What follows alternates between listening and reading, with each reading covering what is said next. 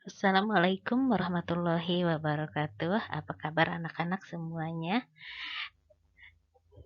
Semoga kamu dalam keadaan sehat walafiat. Eh, Kamu lihat gambar di sini, bagaimana perasaanmu kira-kira kalau tinggal di daerah yang seperti ini? Pasti sangat nyaman, bukan? Udaranya pasti sangat sejuk. Hari ini kita akan belajar tentang tema 2, subtema 3, pembelajaran 1, bersatu kita teguh. Nah, itu kita teguh, itu sering diibaratkan seperti sapu lidi. Sapu lidi itu kalau sendiri, dia sangat lemah. Tapi kalau dia sudah bersatu, dia bisa mengusir sampah. Jadi dia menjadi kuat. Jadi kalau kita sendirian, pasti kita sangat lemah. Jadi kita harus bersatu. Begitu juga dengan bangsa Indonesia. Bangsa Indonesia kalau sendiri-sendiri pasti akan sangat lemah dan mudah dijajah. Makanya kita sebagai bangsa Indonesia harus selalu menjaga persatuan dan kesatuan. Walaupun berbeda agama, berbeda suku, berbeda bahasa, persatuan akan memperkuat tekad sehingga menghasilkan tujuan yang ingin dicapai. Hari ini kamu akan belajar tentang persatuan yang membuahkan hasil sesuai harapan.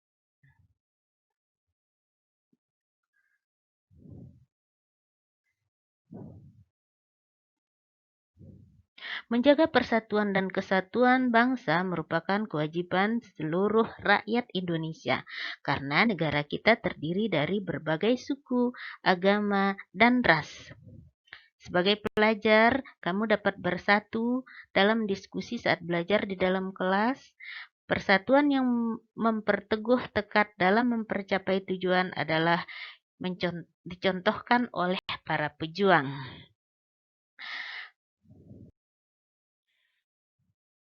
Ini adalah salah satu contoh persatuan yang bisa kamu lakukan di dalam kelas atau di sekolah. Dengan bersatu, semua akan mudah dan pekerjaan akan cepat selesai. Proklamasi kemerdekaan sebagai tonggak kemerdekaan Indonesia merupakan wujud dari persatuan bangsa Indonesia. Kemerdekaan Indonesia dicapai setelah melalui perjalanan panjang para pejuang bangsa melawan penjajah. Persatuan yang kuat memperteguh tekad mereka untuk mewujudkan negara yang berdaulat, adil, dan makmur. Keteguhan hati dalam mewujudkan persatuan dapat dicontoh dari seorang pemuda di masa proklamasi.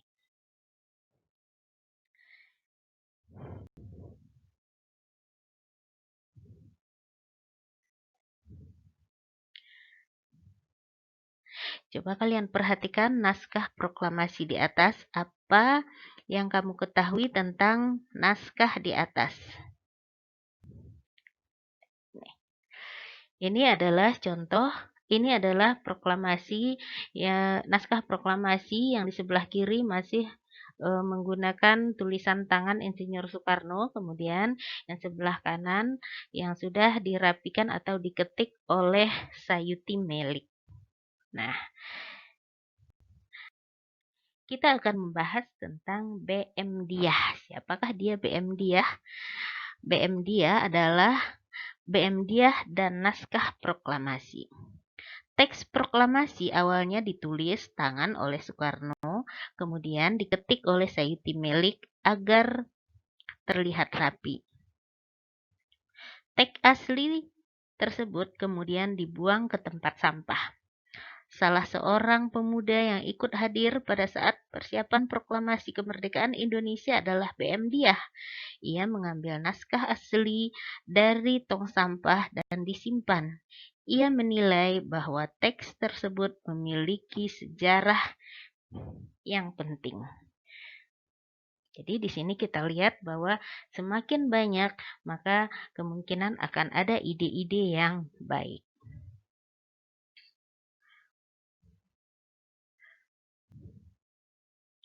Naskah asli yang disimpan BM Diah selama 46 tahun, 9 bulan, 19 hari kemudian dikembalikan kepada bangsa Indonesia. Dia membawa naskah asli Proklamasi Kemerdekaan Republik Indonesia pada Selasa pagi 19 Mei 1992 pukul 10.30 menyerahkannya kepada Presiden Soeharto. Naskah itu kemudian disimpan di Arsip Nasional atas anjuran Soeharto. Keputusan BM Diah untuk menyimpan naskah asli sangat tepat. Seluruh bangsa Indonesia sekarang dapat menikmati melihat naskah asli Proklamasi Kemerdekaan itu di Arsip Nasional.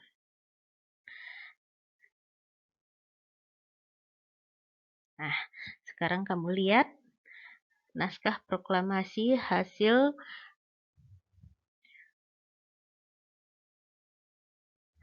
tulis tangan Insinyur Soekarno.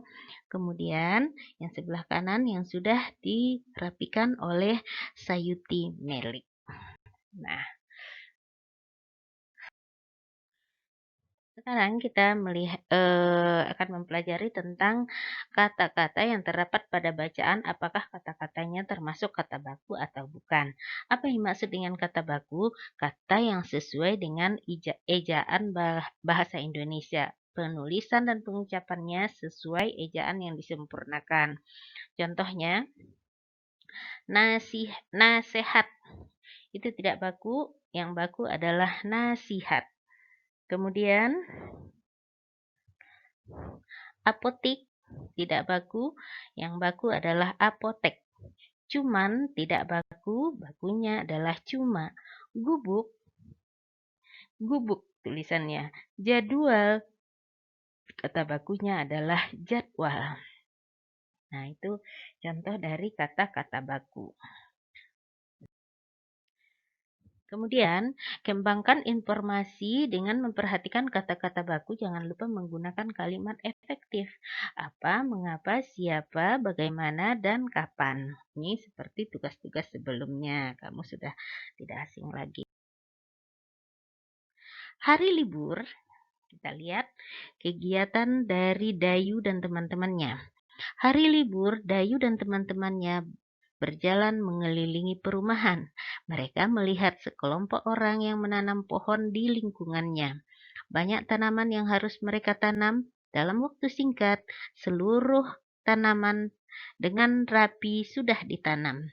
Dayu dan teman-temannya kagum dengan warga tersebut. Mereka bersatu menjaga lingkungan dengan menanam pohon. Tanaman sangat berguna untuk kehidupan manusia. Salah satunya adalah untuk membersihkan udara. Banyak penduduk Indonesia memanfaatkan tanaman sebagai pagar.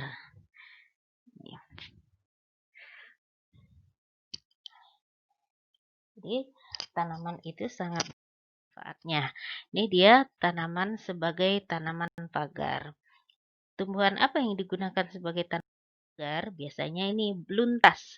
Beluntas adalah tumbuhan semak. Tumbuhan ini bercabang banyak, berusuk halus, dan berbulu banyak.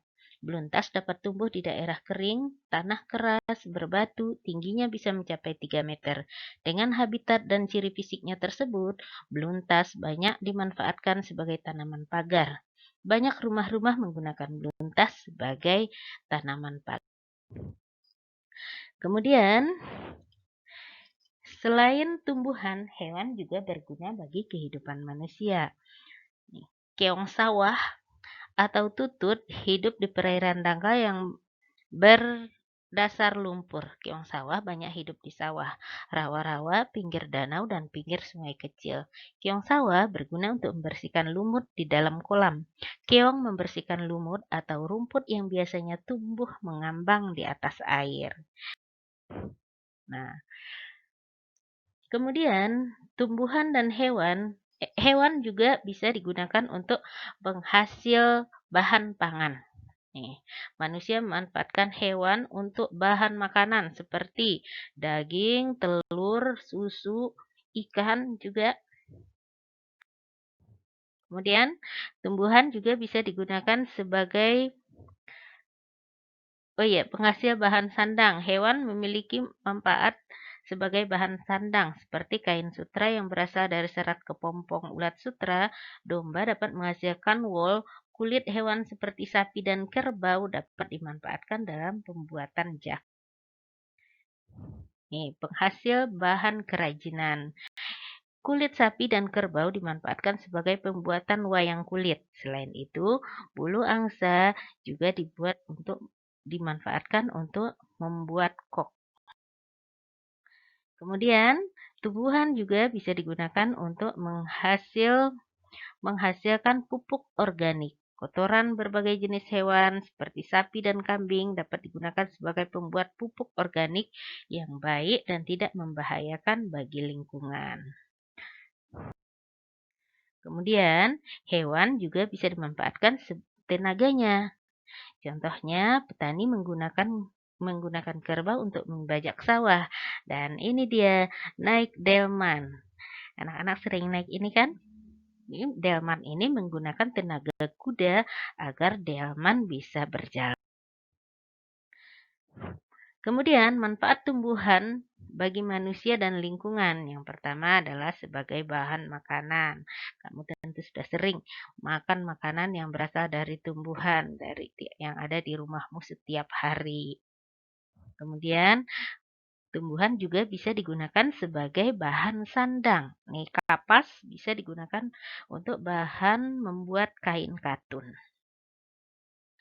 Tumbuhan juga ternyata bisa digunakan sebagai bahan bangunan. Ini kamu lihat, secara tradisional anak-anak di pedesaan banyak membantu orang tuanya untuk membuat rumah. Ini bisa digunakan sebagai dinding rumah atau sebagai atap rumah. Kemudian ini kayu-kayu bisa digunakan sebagai bahan bangunan. Tumbuhan juga bisa digunakan sebagai bahan obat-obatan, seperti jahe untuk mengobati batuk, kumis kucing untuk mengobati ginjal, daun jambu biji untuk mengobati diare. Kemudian tumbuhan juga bisa digunakan sebagai bahan industri. Nih, getah karet untuk pembuatan ban, getah pinus digunakan sebagian orang dalam industri cat, kemudian kayu pinus untuk industri kertas, ini kayunya untuk industri kertas, kemudian kelapa sawit sebagai bahan industri minyak goreng. Kemudian tumbuhan juga bisa digunakan sebagai bahan pewarna alami, seperti yang sudah kita pelajari di tema 2, subtema 1, pembelajaran 4, yaitu sebagai bahan pewarna, yaitu warna hijau dari sawi dan daun pandan, kemudian warna merah dari buah naga, kemudian wortel pewarna jingga, kunyit pewarna kuning. Kemudian tumbuhan juga bermanfaat untuk menjaga kualitas air. Tanaman bakau menyaring alami dari air laut menjadi air tawar juga. Jadi dengan banyaknya tumbuhan, maka air akan tetap banyak dan tetap bersih. Kita tidak akan kekurangan air sehingga kualitas air semakin baik. Nah, tugas kamu adalah membuat nama hewan, kemudian habitatnya. Habitat itu artinya tempat hidup. Kamu tulis hewan, misalnya sapi, tempat hidupnya di mana? Kemudian apa manfaatnya bagi manusia?